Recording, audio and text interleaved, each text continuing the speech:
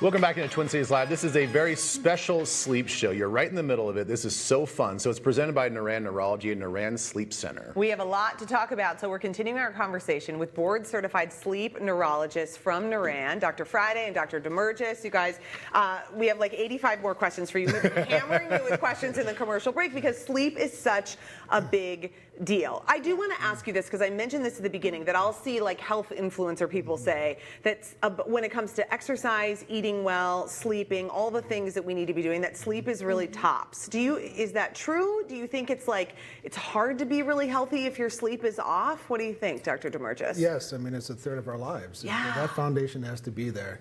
And you can imagine if that foundation is not there, it affects everything in the daytime. Think about it from an evolutionary perspective. We put ourselves down, we're disengaged from the environment, we're vulnerable, and it must be really important to put us in that situation for a third of our lives. And we see it day in and day out. Untreated sleep disorders worsen medical conditions in the daytime. Boy. If you have untreated sleep apnea, it makes it harder to control blood pressure. It makes heart failure very difficult to manage. And in our clinic, we know that untreated sleep apnea accelerates memory loss in dementia and pre-dementia conditions. Wearing a CPAP machine slows the progression down by 40%. In terms of memory loss in the setting of both Alzheimer's and pre-Alzheimer's. Holy Can I rock. stop you there real quick? Yeah. Is it because of just the basic idea that sleep apnea and disturbed sleep, you're starving yourself of oxygen? That's one aspect of it. The oxygen is stressful. It's a pro-inflammatory state to have a low oxygen state. That's why it causes high blood pressure, heart attacks, and strokes. Heart attacks and strokes peak in the middle of the night. The most heart attacks and strokes happen between 2 and 6 in the morning. No way. You can have one at any time of the day, but the reason at night is you're losing oxygen, and when you have a low oxygen situation, that makes the blood cells clump together easier. So how much sleep should we be getting? What is appropriate? Because Ben thinks he needs less than I think. I don't think that. This is like, that's my routine. Yeah, well, everyone's got their own sleep requirements. That's and good to So know. the range is quite wide, anywhere from 4 hours to 11 hours. So some people really do need only 5 or 6 hours per night. But the average is 7 to 8 hours, and the American Academy of Sleep Medicine recommends that the average American get 7+ hours per night. The amount of sleep we need does decline with age, but the official recommendation is 7 hours minimum. Okay. Yeah, that's my goal. I'm trying to get there. I'm right around 6. But you might be a person So, who like does well with that. I tried to sleep in today, and my body just woke up. So it's a slow progression. Okay. All right, so Dr. Friday, I wanted to ask you then, like, you have some tips for us, some do's and don'ts. Let's start with the do's. What should we be doing to get our bodies prepared to go to sleep at night? Yeah. So I like to answer this in terms of sleep hygiene. And sleep hygiene is really those healthy sleep habits that we can do. And there's a lot more do's than I think are easy things to do than don'ts. But number one, first and foremost, keep a regular sleep schedule, and that includes the weekends. Yeah. And that helps eliminate the sleep deprivation that we're talking about. The next thing would be, don't go to bed if you're not tired. That's not advantageous. You're just going to lay there and toss and turn and be frustrated. And be stressed about be not stressed, sleeping. right, Yeah. right. And be looking at your watch. If it's been more than 20 minutes, you're wide awake, get out of bed, reset, go to a place that's comfortable, do something that's going to be relaxing, reading, music, meditation, whatever's going to relax you. And once you feel drowsy, return back to bed. Okay. One thing, because of the world we live in, are the electronics. You know, avoid the electronics at least a half an hour before bed. That's the phones, that's the computers. Don't be doing stimulating things in the bedroom. That's just going to wake you up. Yeah. You want to be telling your brain and body it's time to go to bed. You want that sleep environment to be relaxing, comfortable. Yeah. You want, when you go into bed, you want your body to be telling you it's time to sleep, not it's time to go. Our right? circadian rhythms are so wonky though because we have artificial everything. Like, you know, I mean, it used to be kind of, you get tired because it's dark and there's nothing really to do. Light is a very, very important stimulus that regulates our wake and our sleep patterns, light and dark.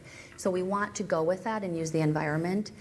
You don't want to be using alcohol before bed, although it's a sedative and people feel relaxed. It actually causes insomnia. You don't want to be eating heavy meals before bed. It's not a time that we're going to be digesting that.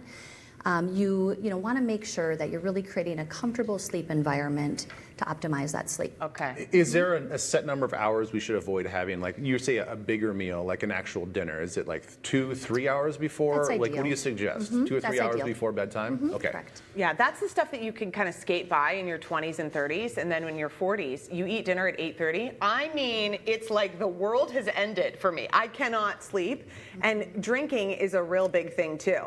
It's that middle middle of this Yeah. the night disruption. What do you think about when people say, "I'll sleep when I'm dead"?